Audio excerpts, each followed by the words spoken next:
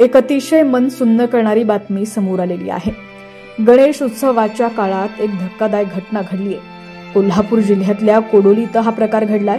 गणेश उत्सवाची धावपळ सुरू होती। संपूर्ण गावात आनंदाचं वातावरण होतं। मात्र एका आईचा आक्रोश ऐकून संपूर्ण गाव हादरलं। घटना नेमकी काय घडली आहे सविस्तर पाहूयात, पण त्याआधी तुम्ही जर HPN Marathi news channel YouTube वरती पहिल्यांदाच पाहत असाल तर नक्की सबस्क्राइब करा। फेसबुक आणि इंस्टाग्राम वरती जर तुम्ही आता ही बातमी पाहत असाल तर HPN मराठी न्यूज चॅनलला नक्की फॉलो करा।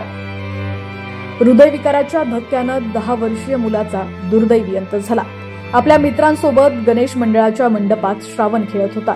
मस्त धमाल मस्ती करत होता। खेळून खेळून दमल्यानंतर तो आपल्या आईकडे गेला आणि चक्क आईच्या मांडीवरच त्यानं जीव सोडला। खेळता खेळता आईच्या मांडीवरच श्रावण गावडे यानं प्राण सोडले। कोल्हापूर जिल्ह्यातल्या कोडोली येथील या घटनेनं हळहळ व्यक्त केली जाते। मिळालेली अधिक माहिती अशी आहे की मित्रांसोबत गणेश मंडळाच्या मंडपात श्रावण गावडे हा खेळत होता।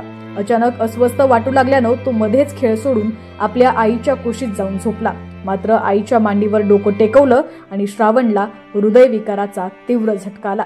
आईला काही कळण्याच्या आतच श्रावण याने जीव सोडला। मुलगा काहीच हालचाल करत नसल्यानं आईने हंबरडा फोडला।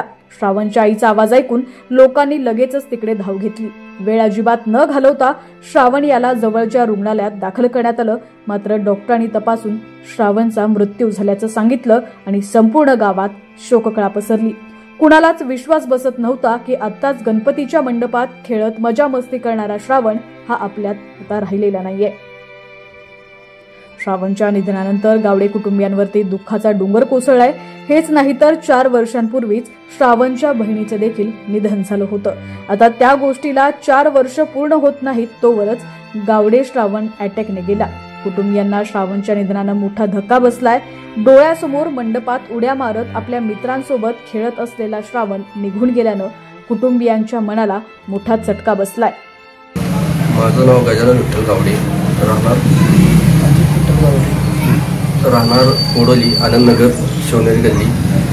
तर आमचा पुतण्या शिवनेरी मंडळात खेळत असताना मुलांच्याबरोबर खेळत असताना अचानक त्याला अस्वस्थ वाटू लागलं। तसंच तो पळत घरी आला आईकडे। आईच्या मांडीवर आला आणि बसला आणि तिथं शांत झाला। त्याच्या अगोदर 3 वर्षा अगोदर त्याची लहान बहीण अशीच खेळत असताना तिचंही असं निधन झालं होतं।